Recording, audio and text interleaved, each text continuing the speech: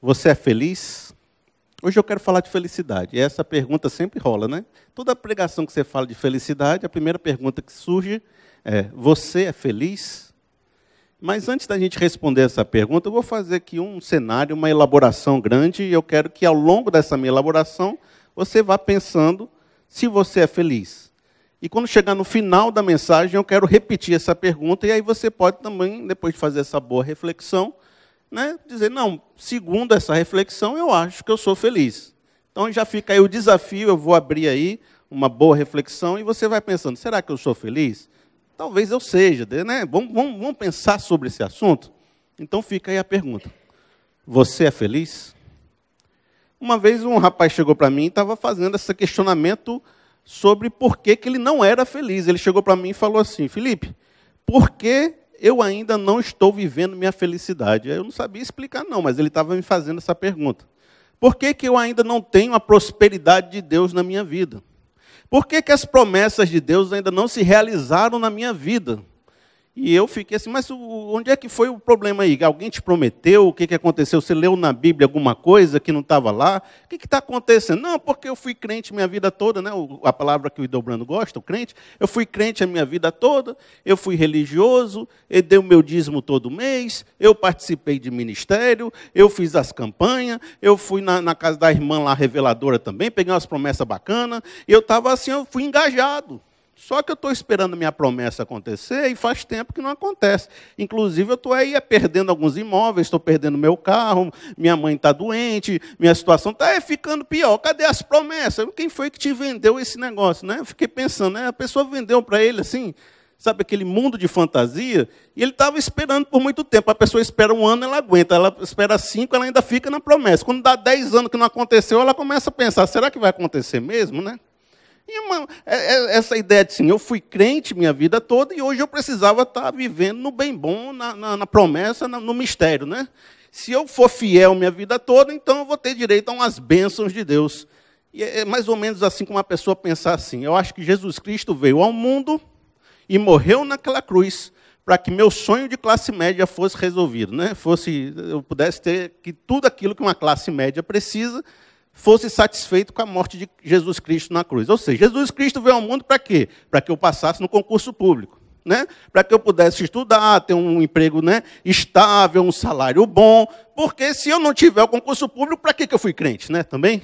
Ele veio ao mundo para quê? Para que eu tivesse um carro bom, um C3, um C4, um carro assim confortável. No final da minha vida, assim, eu possa ter, assim, possa me amostrar. Quem sabe ter 2 carros, né? Um para minha esposa, um para mim, um para o menino. O menino precisa de um carro.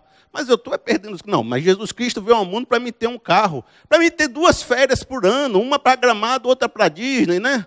Uma para dentro aqui do Brasil, outra para fora. Não é isso? Que eu possa ter assim, um emprego bom, que ganhe 7 mil reais, quem sabe 10 mil, mas 15 eu estava satisfeito. Se você chegar nos 20, eu fico feliz. E minha família vai ser todo mundo assim amigo, né? Quem tem mais vai emprestar para quem tem menos, e nem vai querer de volta, porque a gente no Natal vai ser aquela felicidade, todo mundo junto, ninguém brigado com ninguém.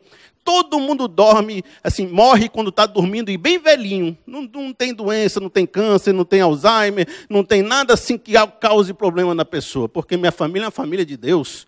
E aqui não tem doença, não tem nada que possa acontecer. Não tem, né, os filhos todos amáveis. Casamento blindado. Meu casamento não tem traição, não tem problema, não tem briga, não tem discussão. Aqui é só amor, é só love, é só romance.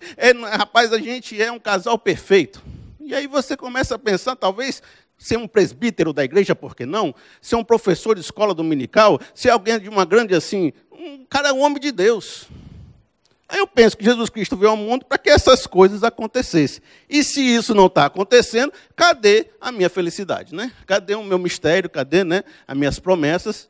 Não que Deus não ache que muita coisa dessa possa ser uma bênção para a sua vida, mas eu não entendo, talvez, que Jesus Cristo veio ao mundo para resolver isso na tua vida. Mas é isso que a gente cobra de Deus, né? Mas aí umas coisas, eu já pensei assim também, eu entendo esse tipo de pensamento. Eu me lembro mais novo, dentro do carro, com meu pai e um amigo dele, e eu provando para o cara que ser crente era melhor. Né? Assim, o cara que é crente, ele tem uma vida muito melhor do que o cara que não tem. Eu ficava provando, e o pai ficava assim meio desesperado. Onde é que esse menino tirou esse radicalismo, né? Meu pai, não, mas não é bem assim. Não, mas é, pai, eu citava estatística. Eu dizia assim, olha, nas igrejas tradicionais, a escolaridade é maior que a média do brasileiro e a renda financeira é maior do que a média do brasileiro. Ou seja, se você for crente, você vai estar acima da média da escolaridade e acima do rendimento do brasileiro. E o cara falava, então deve ser bom mesmo, né? Ser crente, se o negócio está bom assim, né? Mas você sabe que estatística é do jeito que você olha, né? Eu podia também dizer que era porque a igreja era elitizada e não aceitava pobre. Não é isso? Uma igreja pentecostal muito mais inclusiva do que uma igreja tradicional. Aí a estatística é tudo como você olha, né? Tem sempre uma outra explicação. Aí eu entendia isso, mas por que eu achava isso? Porque eu era mais novo, a pessoa mais nova não sabe da vida, não. Você olha assim os casais perfeitos da igreja, o que você acha? Que é perfeito, não tem nada. Não tem problema, não tem briga, não tem discussão. As pessoas na igreja eram perfeitas. Eu nunca vi ninguém com pecado nenhum na igreja. Ninguém deixava eu saber e ninguém mostrava. Aí o que você achava? Na igreja só tem casal perfeito. Na igreja só tem filho do bom. Só tem coisa bacana. Não tem pecado, não tem problema. Aqui na minha igreja é todo mundo fiel. E se eu não consigo ver o pecado do povo, eu fico achando que todo mundo é perfeito. Logo, na minha igreja, não tem problema. Eu achava isso. Mas você, meu amigo, que tem mais idade, né? É bom pregar para adultos, você sabe que isso não é verdade, né? Você sabe que você já deu uma estopada na vida, já conheceu a vida dos outros, sabe que isso não é verdade. Mas eu achava que era. E não tinha motivo para não acreditar. Os pregadores, os livros diziam que ser crente era muito bom.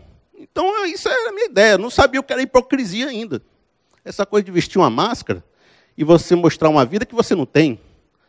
Eu não sabia ainda o que era isso. Depois de um tempo, você vai começando a descobrir que a vida não é bem assim. E que, talvez, nem tudo que a gente acha que a gente deveria receber de Deus, a gente realmente recebe. Qual é a ironia?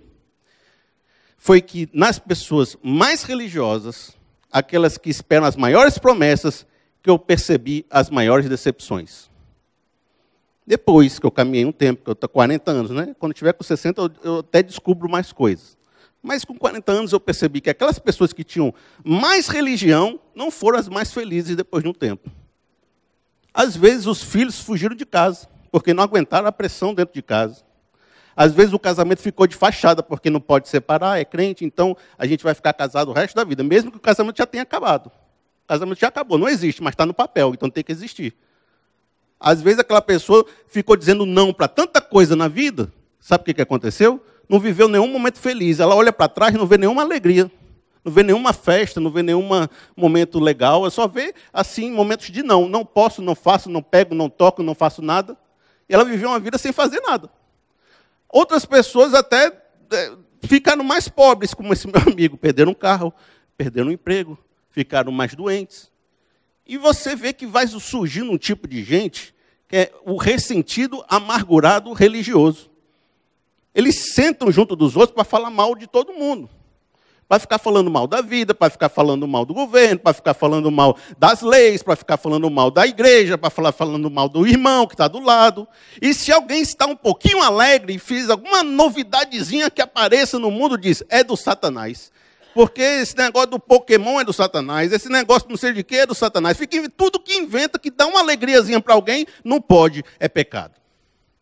Esse tipo de sentimento, talvez você já perceba um amigo, um tio, um irmão seu que tem um pouco de em vez de ser um crente feliz, mais velho, virou um crente amargurado, ressentido, com tudo na vida.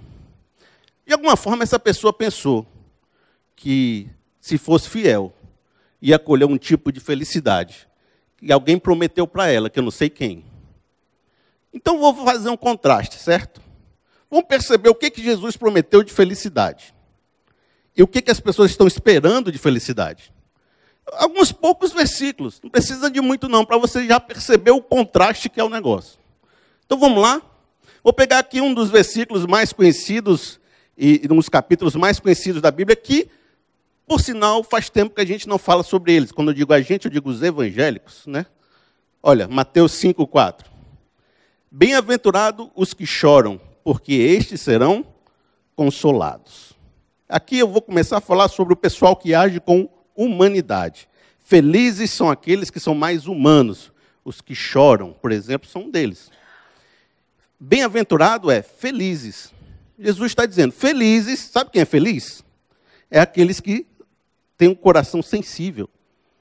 Que uma vez um amigo meu chegou para mim e falou assim: Felipe, você chora? E eu não sou muito de chorar não, realmente, né? Mas se acontecer um negócio difícil, eu choro. Eu também não vou ficar segurando, porque eu sou macho, né? Não tem, acontece, eu choro. Já consigo contar, na minha vida, 5 vezes que eu chorei, né? 6. Eu choro. Mas ele estava preocupado porque ele não conseguia mais chorar. E a perspectiva dele era dizer assim: eu estou com um coração insensível, frio. As coisas acontecem na minha vida, eu não me emociono mais. Eu vejo uma dificuldade, eu não me envolvo, eu não tenho empatia com aquilo. E aí eu pergunto: seu coração é sensível? Felizes são aqueles que têm um coração sensível. Capaz de ver uma obra de arte, capaz de ler um livro, ver um filme, de ver um sofrimento, de ver uma irmã contando um drama e se emocionar. A Márcia é muito disso, né, Márcia? Quando eu vou conversar com ela lá, ela vai contar a história de alguém na comunidade, ela desaba a chorar, ela tem um coração sensível, tem uma empatia com as pessoas. Então eu pergunto para você: você tem um coração sensível? Qual foi a última vez que você chorou pela dor de alguém? Qual foi a última vez que você chorou de arrependimento por um pecado? Porque como é que você se arrepende de um pecado? Porque você foi sensível. Você chorou, você disse: Deus, eu nunca mais quero fazer isso na minha vida. Aí você chora e se arrepende, não é isso? Agora, se a pessoa que não tem capacidade de ser sensível, ela também não tem capacidade de se arrepender de um pecado. Como é que você quebranta o coração? Sendo sensível. Aí a Bíblia diz que estes alcançarão uma grande promessa. É um carro? É um apartamento? É um concurso público? Não, é ser consolado. Olha a promessa que Deus promete. A promessa é de que quando você estiver lá no vale da sombra da morte, com tudo ruim na sua vida, não está nem prometendo que vai ter vitória, está dizendo que vai estar tudo ruim, você vai estar chorando, Deus vai te consolar. Deus vai estar contigo, Deus vai enxugar tuas lágrimas, os seus irmãos vão te ajudar e te consolar junto. Você vai conseguir botar seu sentimento para fora, vai ser tratado. Então, felicidade é isso, é uma pessoa que sabe trabalhar suas emoções, seus sentimentos, ser sensível. Isso é uma das coisas que Deus está falando, que Jesus está falando. Qual outra coisa que Ele está falando? Olha só. Bem-aventurados os mansos, porque eles herdarão a terra. Bem-aventurados os pacificadores, porque eles serão chamados filhos de Deus. E felizes os misericordiosos, porque eles alcançarão misericórdia. Olha, manso, pacífico e misericordioso. É a turma do bem, né? É a turma que junta. Tem um povo que separa, né? Os agressivos, os turrão, os que fazem guerra, os que aumentam a agressão, os que batem. Essa é a turma que deixa disso, junte, perdoe, cure as feridas. Mas para que tanto nervosismo? Seja manso. Vamos fazer a paz, vamos unir, pessoal. Vamos fazer aquilo que é certo, que é correto, que é bom, que é justo. Calma, acalme seu coração. Não fale mal dela não, perdoe. A paz, vá lá, fala com ele, vai praticar o perdão. É pessoas que estão aqui para juntar as feridas, para juntar os cacos, e não para conseguir mais agressividade. A gente vê no mundo evangélico muita agressividade, né? Esse pessoal está querendo juntar. Não, calma, perdoe, receba, rapaz, receba o pessoal, junte. Eu estava vendo esse filme, até citei ele outro dia, é Até o Último Homem. Bota aí a imagem para nós aí. Esse filme aí, quantos já assistiram esse filme? Já assistiram um pessoalzinho, né? Então, esse filme trata desse rapaz que na Segunda Guerra Mundial, ele era um rapaz assim muito devoto, né? E disse que ele queria participar da guerra porque todos os amigos dele estavam indo. E seria injusto ele não participar. No entanto, ele não queria matar ninguém, porque ele queria obedecer aquele mandamento: não matarás. Então ele vai para a guerra e diz: eu vou salvar vidas, eu vou ser o médico, né? O cara está ali, levou um tiro, eu vou levar o cara para consertar o cara. Então eu não quero pegar numa arma, eu não quero dar um tiro em ninguém, e foi para a guerra só para salvar todo mundo, ele nem carregava uma arma. Isso aí você vai ver o dilema no filme e tudo. Mas aí, outro dia, eu estava na reflexão com o Salles, né? Sentei com o Salles. Salles, mas também se ninguém matasse nada, todo mundo morria, né? Ele só pode ser esse cara assim que pôde fazer isso, porque todos os outros amigos dele estavam atirando, né? Porque se ninguém atirasse, o exército vinha, matava todo mundo, acabou todo mundo, né? Então não pode ser assim também, que não vou fazer e não vou matar. Aí o Salles virou para mim, muito inteligente, falou: mas tem alguma coisa na Bíblia que diz que a gente pode fazer isso? Aí eu falei assim: rapaz, vamos ver, vou procurar. Aí eu fui procurar, né? Aí eu vi os apóstolos sendo apedrejados, os apóstolos afogados, sem ter o que comer, na perseguição do tamanho do mundo. Vi Jesus oferecendo a outra face. Eu vi Pedro mandando obedecer os governos. Eu vi todo mundo falando tudo de bom, mas não veio um mandando matar. Principalmente no Novo Testamento, né? O Antigo é mais sanguinário, né? Mas no Novo, eu não vi ninguém dizendo assim para você matar. Aí eu falei, rapaz, vamos interpretar e vamos esticar a hermenêutica, vamos juntar. Aí eu falei, Salles, depois você vai lá procurar na tua Bíblia, que eu vou procurar na minha para ver se dá para a gente dar um tiro em alguém. Não encontramos ainda não, estamos de combinado de voltar para encontrar, né? E a gente está ali procurando na Bíblia, dá para matar? Não, Jesus está falando, felizes aquelas pessoas que em vez de fazerem guerra, fazem a paz. Sabe quem é uma pessoa que encarnou isso, apesar de não ser cristão? O Gandhi. Bota a foto do Gandhi aí para nós. Esse cara estava lá na Índia, ocupada pela Inglaterra, e era uma ocupação colonizadora, né? E eles tinham que pagar taxas, impostos, comprar dos produtos dos ingleses, estavam ali trabalhando para os ingleses. E o Gandhi falou, rapaz, vamos fazer uma oposição aqui? Vamos. Mas vai ser oposição sem agressão nenhuma. A gente vai só pregar a desobediência civil. Se você trabalha no governo, você vai pedir demissão. Se eles te cobrarem imposto, você não paga. E você vai fazer, você não obedece mais. Mas se eles vierem com cacetete, você não revida. Você leva o cacetado e pronto. Você for preso, você é preso. Mas ninguém faz agressão nenhuma, mas você não vai mais obedecer. E a Índia ficou livre. Ele encarna esse espírito do pacificador, né? Do manso. Um cara que vai e faz toda uma revolução sem levantar uma arma. Talvez a gente precise entender o que a Bíblia está dizendo, né? Que tipo de espírito é Cristo? Que tipo de coisa ele fala? Já percebeu um pouco do contraste?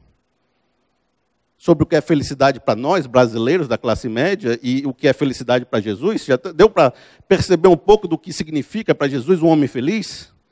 Um tipo de homem que Jesus considera feliz, manso, pacífico, humilde, pobre de espírito, aquele cara que é humilde, né? Você é uma pessoa humilde? Essa pergunta é difícil de responder, porque se você disser que é, já parece que não é meio humilde, né? Não, eu sou humilde, não, mas já parece que não é, né? Por isso que eu digo, para você saber se você é humilde, pergunte para sua esposa, que ela pode dizer bem direitinho se você é humilde, né? Pergunte aí, minha esposa, eu sou humilde? Se ela disser que sim, provavelmente você é. Então, você é humilde, porque deles é o reino dos céus. Há quanto tempo você não escuta isso dos púlpitos evangélicos? Há quanto tempo você não escuta que felicidade é ser manso? Hein? Não é um evangelho meio torto que estão pregando para a gente? E quando lá na frente, depois de 10 anos você servindo, você quer sua felicidade, você pergunta, cadê minha prosperidade? Mas é porque te pregaram um evangelho torto. E você está esperando uma promessa de um evangelho torto, porque não foi isso que Jesus prometeu. E aí a gente fica com essa... Eu fiz uma frase aqui, ó. Homens e mulheres de Deus têm se frustrado diante da fé porque têm se alimentado de um evangelho falso, maquiado, distorcido, com promessas irreais e muitas vezes até infantis. E aí por isso que vem a infelicidade. Segundo, felizes são os que buscam a justiça. Olha só, bem-aventurados os que têm fome e sede de justiça, porque eles serão fartos. Bem-aventurados os que sofrem perseguição por causa da justiça, porque deles é o reino dos céus. Exultai e alegrai-vos, porque é grande o vosso galardão no céu, porque assim perseguiram os profetas que foram antes de vós. Jesus está aliando um sentimento por justiça à felicidade. Uma vez, eu estava trabalhando lá, naquela época da publicidade, fazendo para programa de televisão. E o cara me pediu um serviço grande, eu estava lá fazendo 2 meses trabalhando, virando noite, dificuldade. Quando viu, o cara não me pagou. Mas me disse que ia dar um cheque para 30 dias, eu trabalhei mais um mês ainda, né? Aí quando você foi, o cheque dos 30 dias não caiu, você trabalhou 3 meses de graça para o cara. E como você fica ali com as contas atrasadas, trabalhou que só, fez a sua parte e não recebeu o que era justo. Porque uma pessoa agiu de má fé com você, ela pecou com você. E assim é que o ser humano, ele vai provocando injustiça em todas as suas relações. Porque o pecado causa isso na gente. E aí a sociedade vai juntando essas pessoas injustas, desde aquela pessoa que oprimiu um filho dentro de casa, que abusou de uma criança, que bateu numa esposa, até pessoas de um governo roubando milhões que eram destinados a uma creche, à saúde, à educação. Tudo isso forma o que a gente chama de mundo. E o mundo é um sistema caído, injusto, corrupto, que a gente vive. E a Bíblia diz, não se envolva com esse mundo, não fique em paz com esse mundo. Lute contra esse mundo, porque esse mundo é maquiavélico, esse mundo é ruim, esse mundo é um mundo de injustiça. No curso da Missão Integral, eles vão chamar isso de pecado estrutural. Há um pecado nas estruturas do mundo, que elas oprimem as pessoas. Você não pode ser um cristão verdadeiro e não se comover com a pessoa que mora num casebre, entulhado em cima dos outros, sem banheiro, com as pessoas doentes e o pai no tráfico de drogas. Aquele menino que nasce naquela casa, qual é a opção de vida que ele tem? Ele olha para o irmão, para o amigo da rua do lado que tem um tênis por causa do tráfico, não tem nenhuma outra parte da sociedade ajudando ele a melhorar, ele vira um traficante também, porque é isso que ele tem. E aí você vê as corrupções de todos os lados e Jesus diz, cara, a gente é esse agente da justiça que quando vai para o mundo, a gente deseja e invoca a justiça nas nossas relações e nas corporações e nos governos. E por isso vocês vão ser perseguidos, igual os profetas do Antigo Testamento. Agora, se você nunca foi perseguido por causa da justiça, talvez você não esteja com desejo de justiça. Se no seu trabalho todo mundo faz o que quer e você nunca levantou uma voz, nunca foi perseguido, nunca foi um agente da justiça, talvez você não esteja sendo esse homem que Jesus falou, um agente da justiça no mundo, que deseja e aplica justiça. Forte, né? Felipe está à esquerda agora. Não, é Bíblia, certo? Eu sou um cara que nasceu numa família que meu pai era servente de pedreiro, o meu avô era mestre de obras, e hoje ele tem uma empresa com 80 funcionários. E eu sei o que a pessoa sai de uma condição ruim, lutar na vida e vencer. Eu sou o cara da parábola dos talentos. Cada um recebeu conforme o seu talento, né, com a sua capacidade. Um recebeu 2, outro recebeu 3, outro recebeu 5. E saíram para multiplicar, e cresceram, e glória a Deus, e isso é um mistério. Mas não podemos deixar de ser sensíveis com as injustiças do mundo. Porque elas estão aí, e a Bíblia chama isso de mundo. Por isso você tem que ir lá e não se conformar com esse mundo, mas transformar a sua consciência e transformar as pessoas que estão à sua volta. Por mais que haja essa coisa de lutar para vencer, você não pode deixar de perceber que há pessoas que precisam de ajuda de uma mão amiga. São felizes as pessoas que lutam por causa da justiça. Aí o mundo evangélico ele começa a dizer assim, rapaz, você tem que acumular, você tem que ter um BMW, você tem que crescer, você tem que ganhar bem, e se o outro não cresce é por quê? Não teve fé. Porque se tivesse fé, tivesse feito a campanha da gente, tivesse botado a sua fé em ação, tivesse orado com o mistério, tivesse dado uma oferta grande, tinha acumulado também e tinha conseguido dinheiro também. E as pessoas vão ouvindo esse tipo de palavra e vão ficando tristes, desanimadas. Olha, uma última coisa que Jesus fala, essa aqui é uma das principais, diz assim, felizes são os purificados por dentro. Olha o versículo, bem-aventurados os limpos de coração, porque eles verão a Deus. Por que isso é tão importante? Porque limpo de coração fala de algo do interior do indivíduo, né? Não tem nada aqui fora, é aqui dentro. Olha, esse cara limpo, que tem o seu coração com as intenções certas, que está ajustado lá dentro, esse cara é o que tem um relacionamento com Deus, é o que vê Deus. E por que isso é tão significativo? Porque naquela época, aquela estrutura religiosa que Jesus estava, hoje não, mas naquela época, as pessoas faziam o que faziam por causa de ganância, de ambição e para aparecer. Então, ainda que parecesse por fora que ela estava fazendo uma obra de justiça, por dentro ela estava fazendo aquilo com uma intenção errada, é que nem o político, né? Você vê o político dizendo que ajudou as pessoas, que fez tudo de bom, que foi o melhor político dessa cidade, o melhor político do Estado. Mas aí você vai ouvir a conversa telefônica gravada, o que você vê? A intenção do cara era tudo errada. Era tudo para roubar dinheiro, era tudo para fazer maracutaia, era tudo para botar dinheiro para o partido. Mas no discurso público era que ele era um cara bonzinho. Mas por trás a intenção do cara era o quê?